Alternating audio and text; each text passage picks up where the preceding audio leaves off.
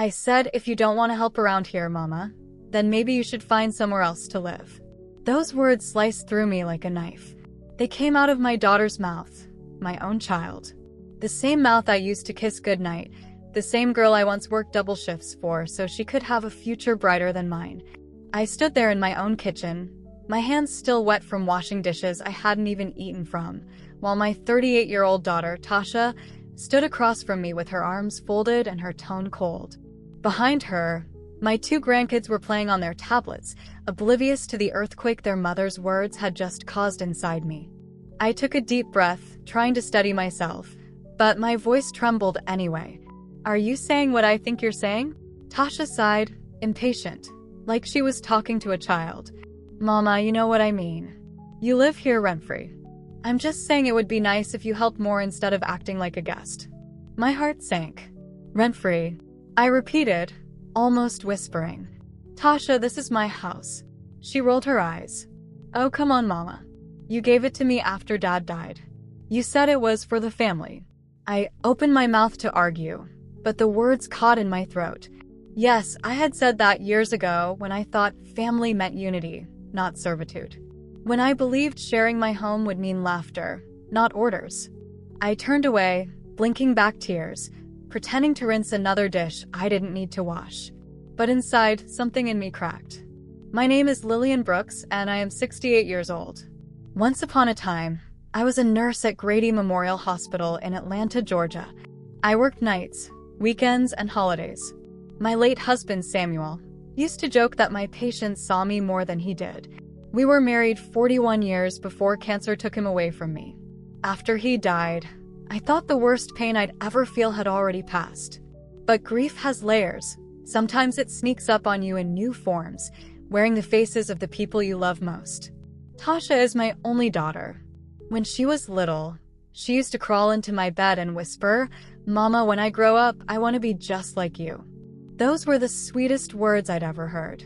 But life changes people. After her father's death, Tasha's marriage fell apart. She had 2 kids, Maya, 10, and Brandon, 7, and nowhere else to go. She came to me crying, saying she just needed a few months to get back on her feet. Of course, I said yes. That was 3 years ago. At first, it was beautiful. Family dinners, laughter, bedtime stories. But slowly, things began to shift. She started making decisions about the house without asking. She replaced my curtains, changed the furniture, even told me which foods I could and couldn't buy. I told myself she was stressed. I told myself I was just helping out. But somewhere along the line, I stopped being her mother and became her unpaid worker. I cooked breakfast every morning, made sure the kids were ready for school, did the laundries, cleaned, cooked dinner, and still tried to smile when she got home and acted like I hadn't done enough. I guess I should have seen it coming. The day she'd look me in the eye and tell me to either serve or leave. That night, after she said it, I sat alone at the kitchen table long after everyone went to bed. The house was silent except for the ticking clock on the wall and the hum of the refrigerator. I looked around the place that used to feel warm and safe, and all I saw were walls closing in on me. Every inch of this house told a story. The dining table Samuel built with his own hands. The pictures of Tasha's graduation hanging crooked on the hallway wall. Even the faded curtains I'd sewn myself 20 years ago. Everything had meaning, until now. Now it just felt like a museum of my own mistakes. Mama, can you do my laundry tomorrow? Maya had asked earlier that evening. Mom says you don't mind. Of course, baby, I'd said, smiling. Because what else could I say? That I was tired? That I hadn't had a moment to myself in days? That I was beginning to forget what being seen felt like? I remember when I first retired. I thought it would be the golden chapter of my life. I imagined tending my garden, drinking tea on the porch, maybe volunteering at church. But instead, my days revolved around other people's needs, and somehow I'd become invisible in the process. Even when I wasn't doing chores, I was waiting for someone to need something, waiting for permission to rest, waiting for peace that never came. The next morning, I woke up early as always.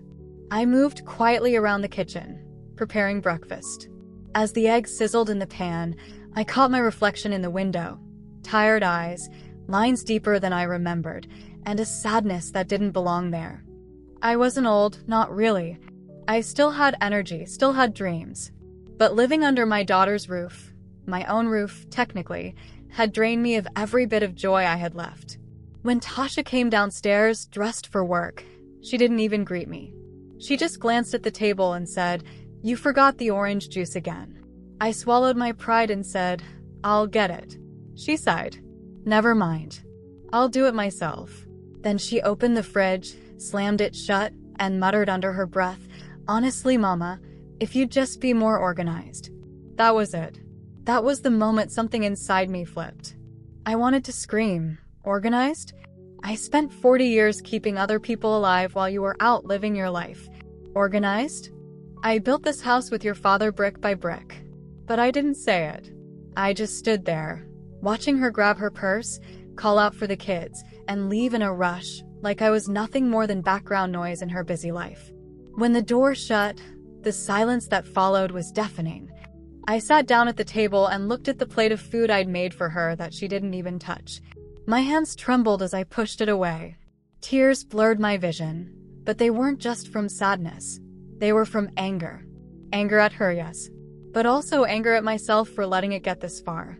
For years, I'd convinced myself that being a good mother meant giving endlessly, forgiving constantly, and enduring quietly. But where had that gotten me? In my own home, I was treated like the help. And now, hearing her words, "Find somewhere else to live," I realized she no longer saw me as her mother at all. Just an obligation. A burden. That night, I sat on the porch, staring at the stars. The air was warm.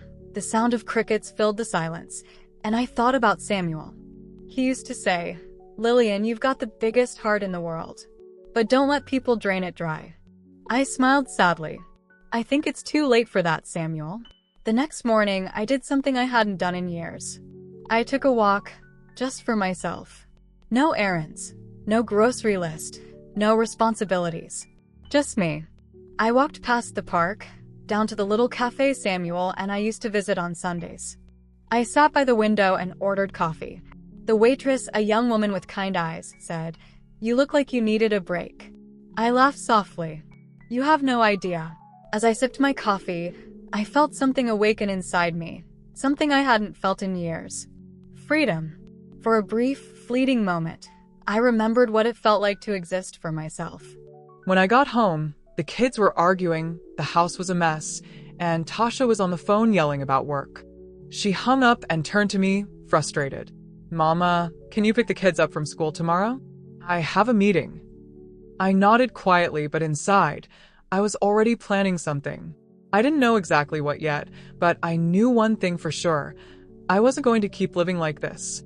The words she threw at me, "Find somewhere else to live," kept replaying in my head, but instead of breaking me, they started to sound like a challenge. Maybe I would find somewhere else to live. Somewhere peaceful. Somewhere mine. That night, I stood in the doorway of my room, looking at the packed boxes I'd kept tucked away in the closet since Samuel died. I used to keep them for someday, for when I might want to change. Maybe that someday had finally come. As I zipped up a small suitcase, I whispered to myself, "You raised her, Lillian. You did your job. Now it's time to raise yourself." And for the first time in years, I slept without fear. If you're still watching and this story hits home or reminds you of someone you know, maybe a parent, grandparent, or even yourself, please make sure to like this video, subscribe to the channel, and hit the bell icon so you don't miss the next chapter. And tell me in the comments where you're watching from, because this story, it's only just beginning. That night, I couldn't sleep. Every creak of the house felt louder than usual, every gust of wind against the windows heavier. I lay there in the dark, staring at the ceiling, replaying my daughter's voice in my head. "Maybe you should find somewhere else to live." The words looped over and over like a broken record. I tried to tell myself she didn't mean it, that she was just angry, stressed, tired. But the way she said it, the sharpness in her tone, the cold look in her eyes, told me otherwise. Around midnight, I got up and went to the kitchen. The house was quiet, except for the low hum of the refrigerator. The light flicked on, harsh and white. I stood there for a long moment, staring at the spotless counter I'd scrubbed earlier that day. My hands trembled slightly as I reached for the kettle. The simple act of making tea, something I'd done thousands of times, felt foreign tonight. I was making it for me, not for anyone else. The thought both comforted and scared me. When I sat down with my cup, the silence felt heavier than ever. I looked around at the home I'd built, the one I'd poured decades of my life into. Every corner carried memories. Samuel dancing with me in the kitchen while dinner burned, Tasha laughing as a little girl when we painted the walls blue, the grandkids running through the hallways with sticky hands. Now it felt hollow, like those memories were mocking me. The house didn't feel like mine anymore. It felt like I was squatting in my own life. I didn't want to leave, but I knew deep down that staying would kill me slowly. Not my body, my spirit. The next morning, I woke up early as always, made breakfast, and set the table. I didn't say a word when Tasha came down the stairs in a rush, juggling her phone, purse, and car keys. "Mama, can you pick up the kids today?" she asked, barely looking at me. "And make sure Brandon brings his sports uniform this time. You forgot it last week." I froze for a second. "I forgot it?" She sighed like I was being difficult. "Yeah." "I told you to pack it, didn't I?" I wanted to remind her that she'd left it in the car, that I wasn't even the one who took Brandon to practice that day. But what would be the point? Arguing with her only left me feeling smaller. "All right," I said quietly, and she nodded without thanks, without even a glance in my direction. Then she called for the kids, and within minutes, the house was filled with the chaos of small shoes, backpacks, and last-minute homework. By the time the front door slammed shut, I was alone again, surrounded by noise that still echoed even after they were gone. I stared at the empty table for a long while, then whispered to myself, "She doesn't see me anymore." The words felt heavy but true. Tasha didn't see her mother. She saw convenience. A built-in nanny, a cook, a housekeeper, someone to fill in all the cracks so she could keep going. Around noon, I went upstairs to clean, even though I didn't feel like it. Habit. That's all it was now. In her room, I saw piles of clothes scattered everywhere, an open laptop on the bed, and an empty glass on the nightstand. I picked it up, shaking my head. I had raised her better than this. Samuel would have been disappointed, no, heartbroken, to see how much she'd changed. I placed the glass in the dishwasher and found myself whispering to the air, "What did I do wrong?" The question hung there, unanswered. Later that day, I went to pick up the grandkids from school. They ran toward me, smiling, shouting, "Grandma," and for a moment, everything felt light again. Their hugs were small gifts, reminders that there was still love somewhere in this house. But even that warmth faded when we got home. "Mama said we can't watch TV until we finish homework," Maya said, dropping her bag on the couch. "That's fine," I said softly. "Let's get to it then." They groaned, but we worked together until Tasha came home, tired and snappy. The first thing she noticed was that I hadn't taken the trash out yet. "Mama," she sighed, "can you please be more on top of things? I can't do everything myself." I stared at her. "You don't have to do everything yourself," I said quietly. "I've been doing it." "Then do it right," she snapped, brushing past me. That was it.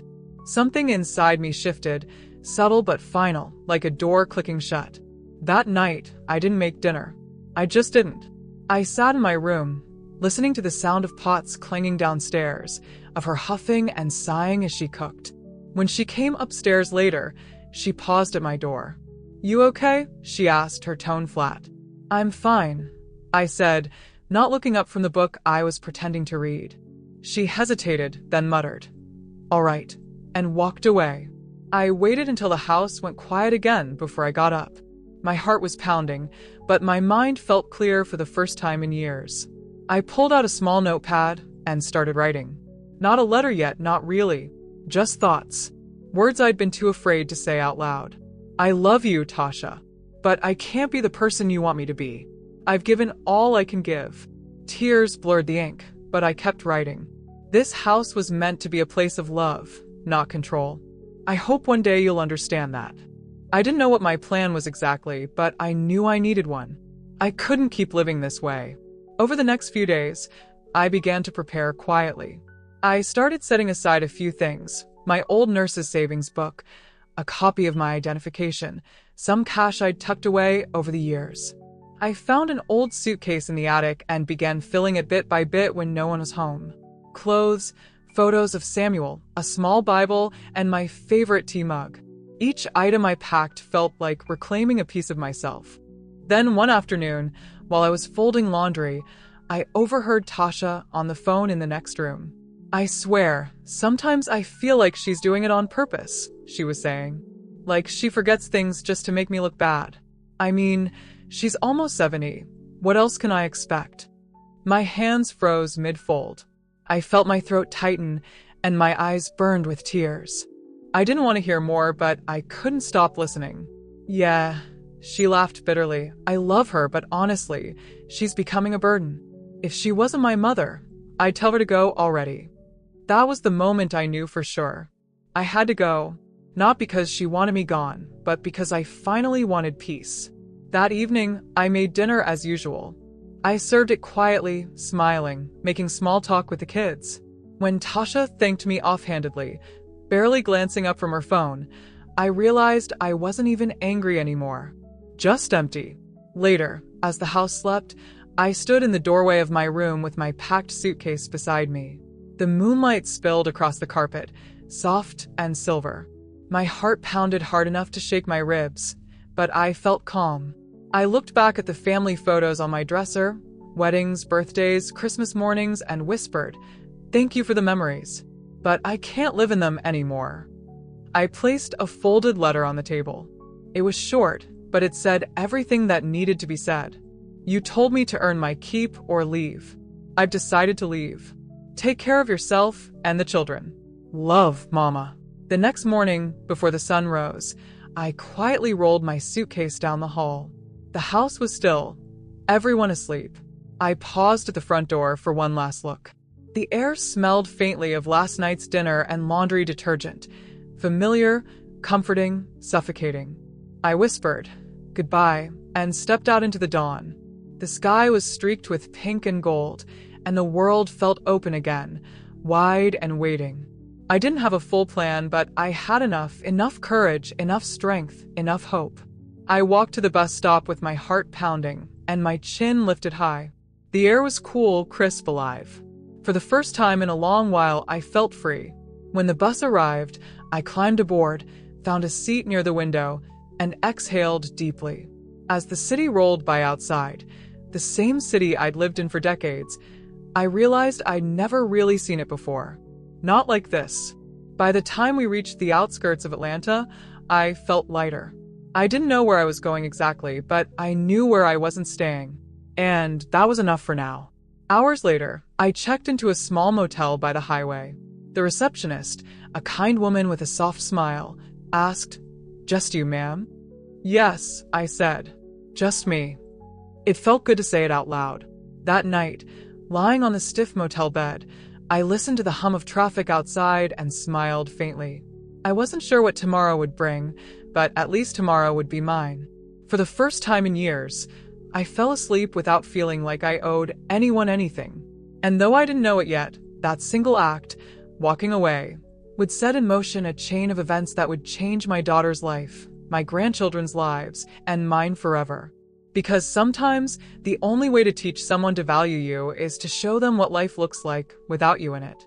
And in that quiet motel room, with nothing but my suitcase and a heart full of scars, I whispered to myself, "You did it, Lillian. You finally chose you."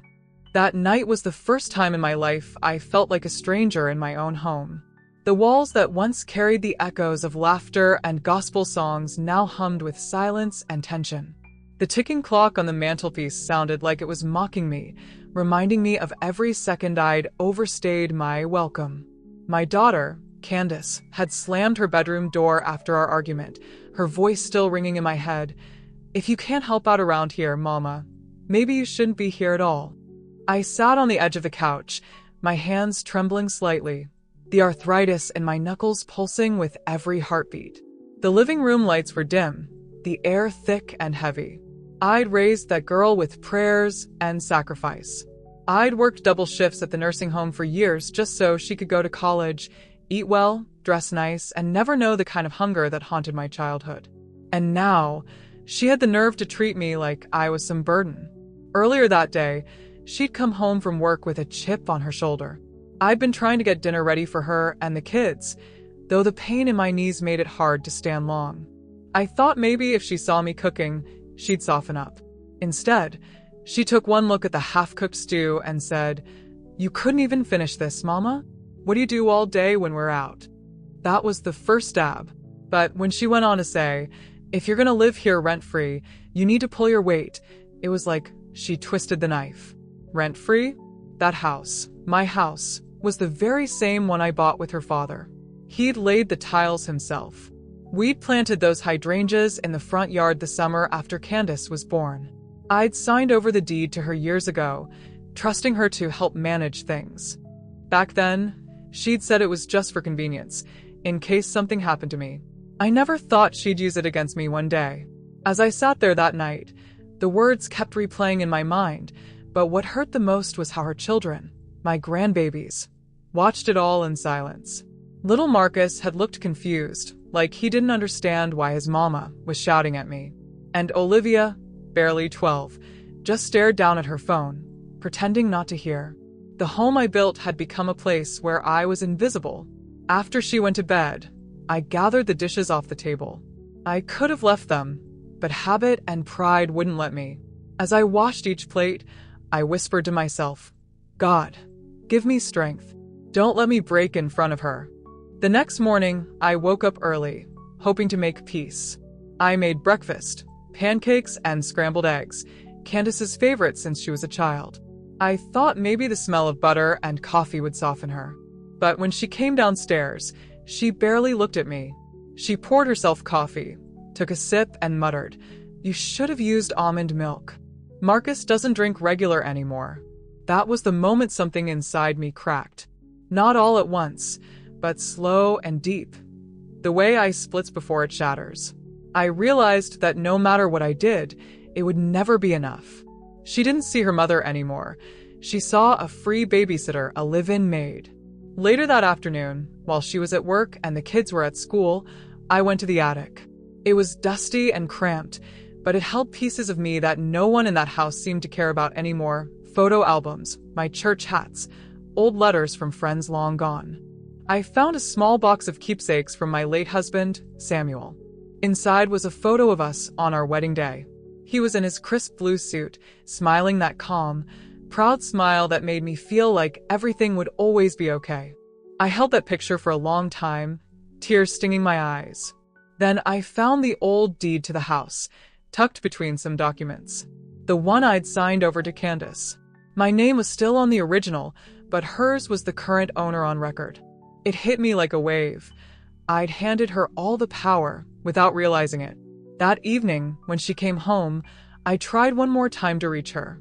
"Candace," I said gently as she set her purse down. "You know, this house, your daddy and I." She cut me off. "Mama, please, don't start that again. I'm already tired from work. I can't keep explaining that things are expensive. If you want to stay here, you gotta do more. Help with the laundry, cooking, groceries, something." "Candace," I said quietly, "I've been helping since before you could walk. I raised you, worked for you, prayed for you, and now you want to turn me into your maid." She sighed and rolled her eyes. "You're being dramatic. Nobody said maid. But you can't just sit around and expect to live here for free. We got bills."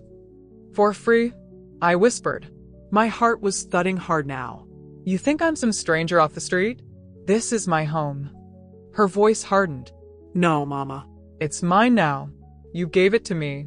You remember that, right?" That was it. The final blow. I stood there, staring at the child I'd carried, fed, clothed, and fought for, and realized she didn't see me anymore. To her, I was just an inconvenience taking up space. That night, I couldn't sleep. Every time I closed my eyes, I saw Samuel shaking his head. I could almost hear his voice saying, "You did too much for her, Lizzie. You made it too easy." He used to warn me that spoiling her would come back to bite, but I'd brushed it off. She's our only child, I'd said. We can't let her struggle. Now, here I was struggling in the very home we built for her. I got up quietly around midnight, walked through the dark hallway, and stood in front of her bedroom door. I could hear her snoring softly, the sound of a woman at peace because she believed she had control. I turned away, went back to my room, and opened my old suitcase.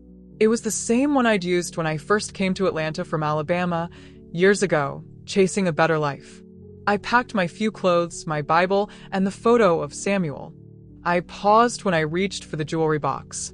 Inside were my wedding ring and a small locket with Candace's baby picture inside. My hand trembled as I picked it up. I kissed it and whispered, "Lord, take care of her. She's lost right now." The next morning, I made breakfast for the kids one last time: bacon, eggs, and toast. I wrote a note and left it on the counter. "Candace, I love you more than you'll ever know. But I can't live in a house where I'm not respected. I'm leaving for a while. Take care of yourself and those babies. Love, Mama." I took one last look around the kitchen, the same one where I used to teach her to bake cornbread, where she used to laugh so hard milk came out her nose. Then I grabbed my suitcase and walked out. The cool morning air hit my face as I stepped outside. The sky was soft gray, just before sunrise. I didn't know exactly where I was going, but I knew I couldn't stay. I called my old friend Dolores from church, who lived 2 towns over. "Girl," she said after hearing my voice, "it's been too long. You sound tired." "I just need a place to rest for a while," I told her. "Say no more," she said. "You come on over. You got a bed here." As I rode the early bus out of town, I looked out the window and watched my old neighborhood fade into the distance. My chest ached, but there was something freeing about it too. The thought that maybe, just maybe, I could start over, even at 72. But deep down, I knew it wouldn't be that simple. Candace would wake up to an empty house, and for the first time, she'd have to handle everything herself. The kids, the bills, the chores. Maybe then she'd understand what it truly meant to carry a family. The sun was just beginning to rise when I whispered to myself, "You did what you had to do, Lizzie. Sometimes love means walking away." Little did I know, my disappearance would shake her world in ways neither of us could imagine. And that house, the one she claimed as hers, would soon teach her just how fragile control can be when it's built on pride. Because some lessons only chaos can teach. When I left that morning, I thought Candace would be angry for a day or two, maybe call me with that tone she uses when she's half apologizing, half defensive. But days turned into a week, and my phone stayed silent. Each night, sitting on Dolores's porch, I watched the streetlights flicker and wondered if she'd finally realized how much I'd done for her. Dolores would rock beside me, her fan flicking lazily back and forth, and say, "Child, you can't pour from an empty cup. You've been drained dry. Let her miss you a while." It wasn't easy, though. I missed my grandbaby's laughter, the smell of breakfast cooking, even the sound of Candace's heels clacking on the hardwood floor in the morning. But mostly, I missed believing I still had a place in that family. At Dolores's, I felt safe, but the quiet sometimes turned on me. I'd sit up at night staring at my phone, willing it to ring. Then one morning, it did. The screen lit up with Candace's name. My heart jumped, but I forced myself to take a breath before answering. "Mama," she said, her voice thin and rushed. "Yes, baby," I replied, trying to sound calm even though my heart was pounding. "Mama, why'd you leave like that? You scared the kids half to death." Marcus cried for 2 days straight. I swallowed hard. I left because I couldn't stay in a home where my own daughter treated me like a burden. She went quiet, just the faint sound of her breathing on the line. Then she said, "I didn't mean it like that. I was just stressed. You know how hard it's been lately." "I know, Candace," I said softly, "but hard times don't give you the right to treat your mama like help." "Mama, please can you come back? Just for a while? I can't handle everything by myself." For a moment, my heart softened, but something in her tone, half guilt, half desperation, made me wonder if it was really about missing me or just needing someone to pick up the pieces. "I'll think about it," I said. She sighed, sounding relieved but still frustrated. Please, Mama. The house feels empty without you. When I hung up, Dolores raised an eyebrow. So, she finally remembered who wiped her nose and paid her tuition? I smiled faintly. She says she needs me. Dolores snorted. Don't confuse needing you with missing you. One's about the heart, the other's about convenience. Her words stuck with me. I didn't rush to pack my things. I decided to wait a few more days to see what came next. By the end of that week, I started hearing from people at church. Lizzie, one of the ushers, said on Sunday, your daughter's been calling around asking if anyone's seen you. She sounded worried. I nodded but said nothing. Worry didn't erase the sting of being called useless in my own kitchen. Still, I couldn't help but ache knowing my grandbabies were probably caught in the middle. Another week passed before Candace called again, this time crying. Mama, I'm sorry, she said between sobs. I was wrong. Everything's falling apart. The kids won't listen. The bills are piling up, and I can't keep up with work. I didn't realize how much you did until you left. The words hit me right in the chest. I closed my eyes, took a deep breath, and said, now you know what it feels like to carry the world on your shoulders. She sniffled. Please, Mama. I need you. We need you. I hesitated for a long moment. Then I said, I'll come by tomorrow, but not to work for you, to talk. When I arrived the next morning, the house looked like a storm had passed through it. Toys were scattered across the floor, dishes piled high in the sink, and the living room smelled faintly of something burnt. Candace opened the door, looking exhausted, her hair unkempt, dark circles under her eyes. Mama, she whispered, eyes glistening. I just nodded and stepped inside. The kids rushed over. Marcus hugged my legs tight, sobbing. Grandma, don't leave again. My heart melted. I knelt, hugging both him and Olivia, whispering, I'm here, babies. I'm here. Candace stood a few steps away, biting her lip like a child caught doing wrong. When the kids ran off, she said quietly, I've been trying, Mama, but it's too much. I thought I could handle it all. I looked around at the chaos and then back at her. It's not easy keeping a home, is it? She shook her head, tears spilling down her cheeks. No, Mama. I took you for granted. I thought you were just here. I didn't realize how much you held everything together. I sighed, my chest tightening with both sorrow and relief. Candace, I didn't raise you to be cruel. I raised you to understand family means helping one another, not using one another. I know, she said, voice trembling. I was wrong. For a moment, I believed her. But as the hours went on, little signs began to show. She was still distracted, still snapping at the kids, still too proud to fully say the words I needed to hear. I helped her clean up, cooked dinner for everyone, and by nightfall the house felt warm again. The kids laughed, and even Candace smiled faintly. But later that night, after the kids went to bed, she poured herself a glass of wine and sat across from me at the kitchen table. Mama, she started, I've been thinking, maybe we could make this work. You stay here, help with the kids, and I'll cover your expenses. It'll be like before. I set down my tea slowly. You mean you want me to go back to being your unpaid worker? She frowned. No, Mama, I didn't mean it like that. I just meant we can help each other. Help each other? I repeated softly. Candace, I'm 72 years old. I've worked my whole life. I'm not trying to live off you, but I sure ain't about to be your maid. She sighed, rubbing her temples. Mama, please, don't start again. I'm just trying to find a balance. Balance, I murmured. Funny how your balance always tips in your favor. Her face hardened. You're twisting everything I say. No, baby, I said calmly. I'm finally hearing it clearly. The tension thickened. She stood, slammed her glass down on the counter, and muttered, maybe you shouldn't have come back. Something inside me broke again, cleaner this time, sharper. I stood up slowly.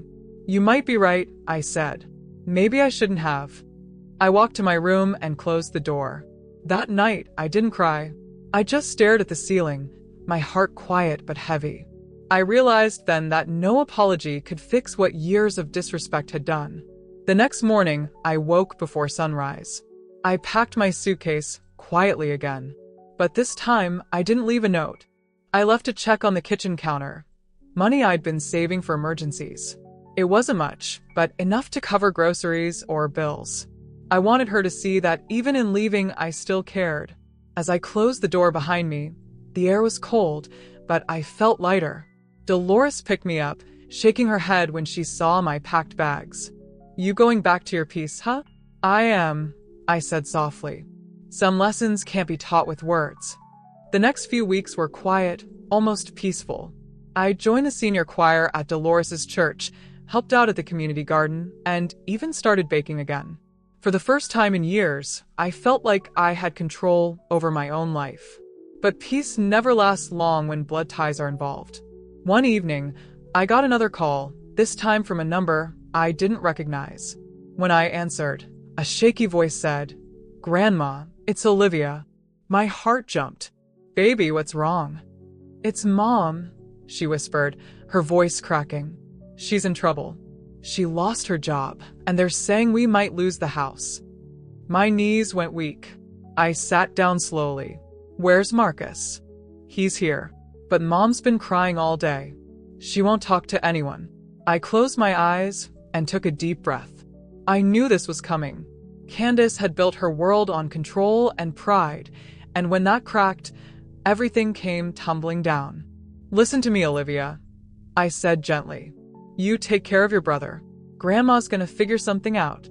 After we hung up, I sat there for a long time, staring out the window.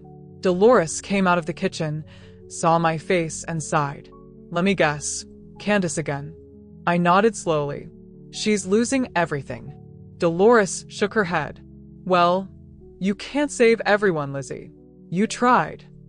"I know," I said softly. "But those kids, they don't deserve to pay for her mistakes." That night, I prayed long and hard. I asked God to show me what to do.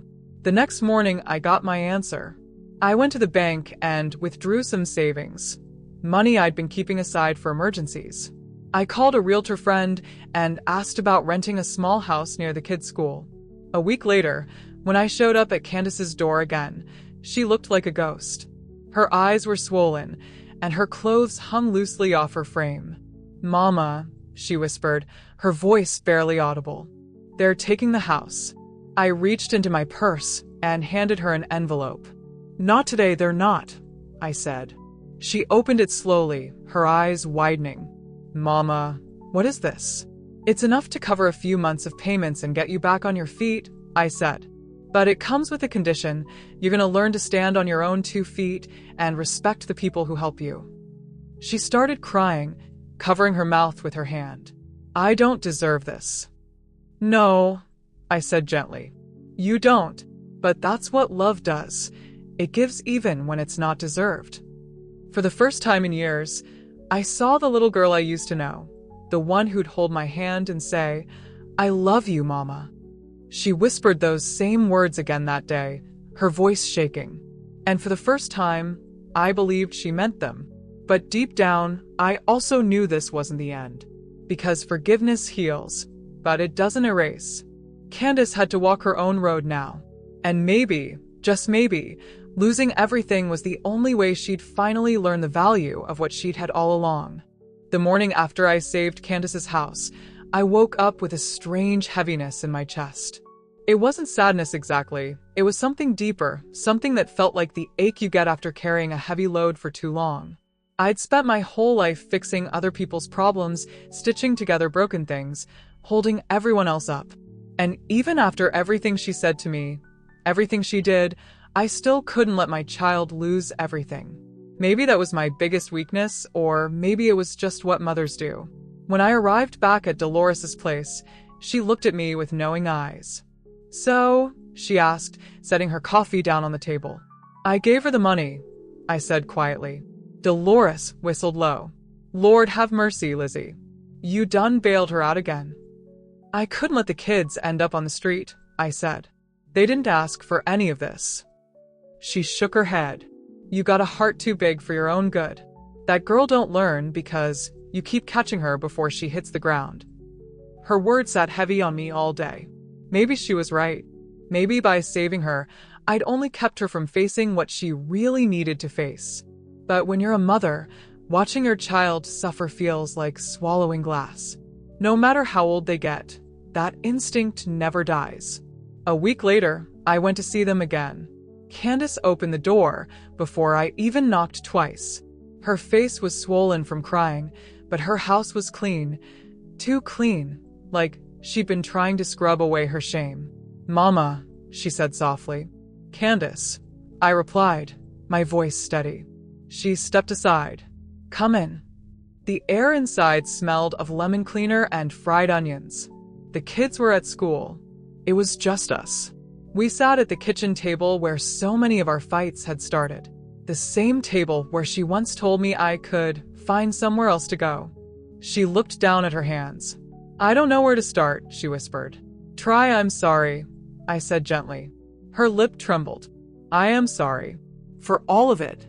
I treated you like you were just someone who owed me something. I forgot you're the reason I have everything at all." I nodded but said nothing. I'd heard apologies before, ones soaked in tears and promises that faded by the next sunrise.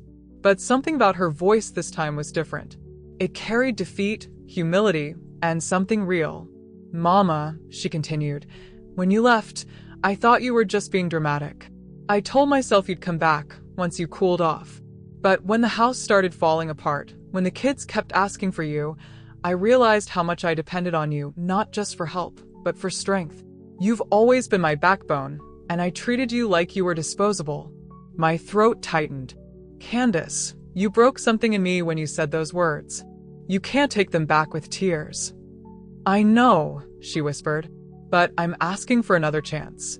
Not because I want something from you, but because I finally see what I did, and I hate the person I became." I leaned back, studying her face. The proud woman who once strutted around that house, barking orders, was gone. What sat across from me now was my daughter, the little girl who used to cry when she scraped her knees, the one who'd climb into my lap when storms scared her. For the first time in years, I saw her. Really saw her. "I believe you," I said quietly. "But believing doesn't mean forgetting." She nodded quickly. "I don't expect you to forget. I just want you to know I'm trying to change." "Good," I said, "because I won't let anyone, family or not, make me feel small again." Her eyes filled with tears again, but she smiled faintly. "You don't have to worry about that. I've learned my lesson." I stayed for dinner that night. Candace cooked fried chicken, mashed potatoes, and collard greens, my favorite. It wasn't perfect, but it tasted like effort, like a peace offering. The kids were thrilled to see me, clinging to my arms, telling me all about their school projects and new friends. Marcus even said, "Mom's been nicer lately. She doesn't yell as much." I smiled and glanced at Candace, who turned red but looked down with a shy grin. It was progress. After dinner, when the kids went to bed, Candace poured me tea and said, "Mama, I've been thinking. You deserve to live your life. You've spent so long taking care of everyone else. I want you to enjoy your years. Maybe travel. Maybe join that choir you always talked about. I'll handle things here." Her words shocked me. I blinked, searching her face for a trace of sarcasm, but there was none.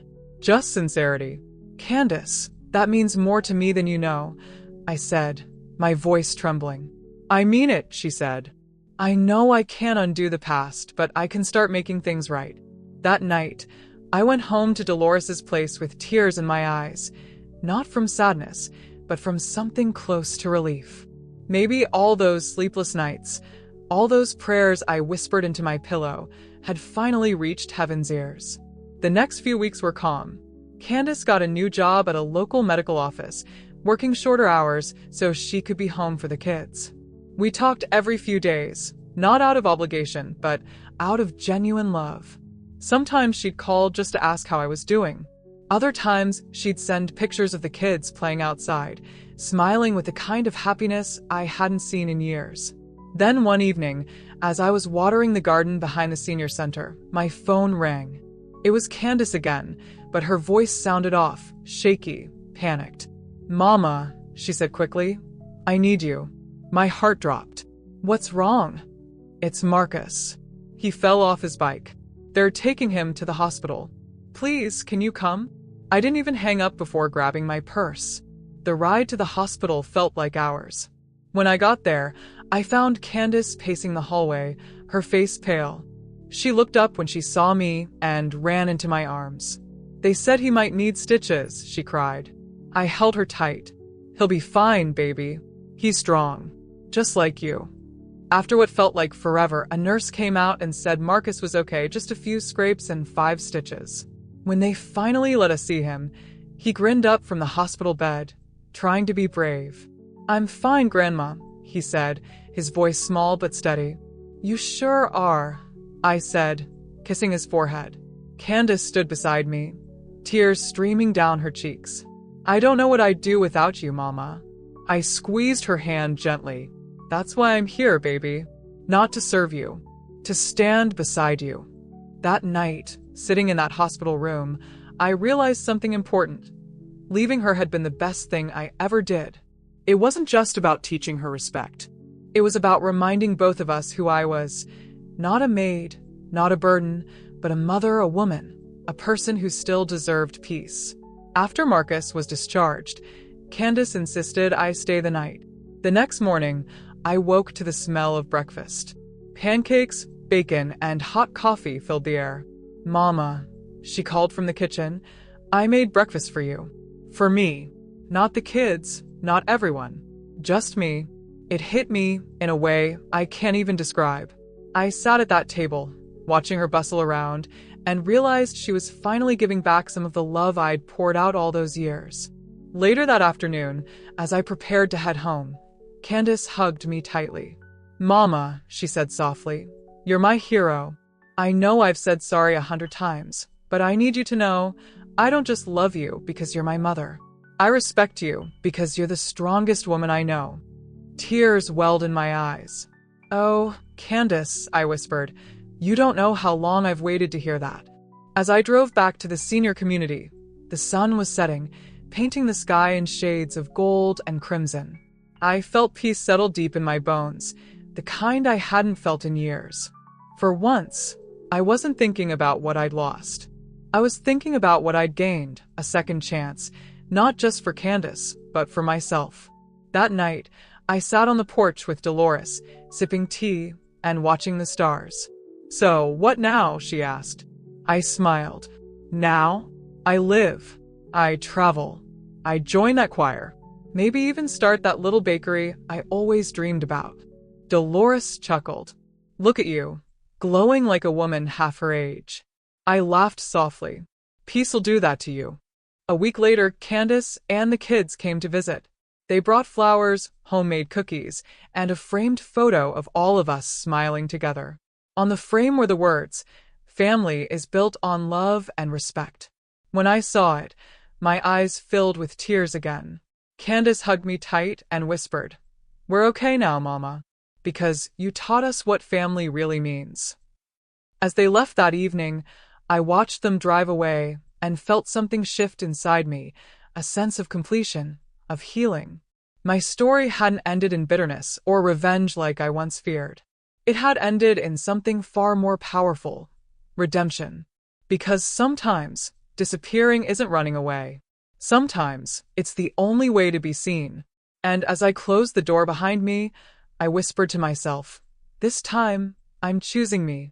If this story touched your heart, made you think, or reminded you how easily love can turn to entitlement, don't forget to like, subscribe, and hit that notification bell so you never miss another emotional story like this one.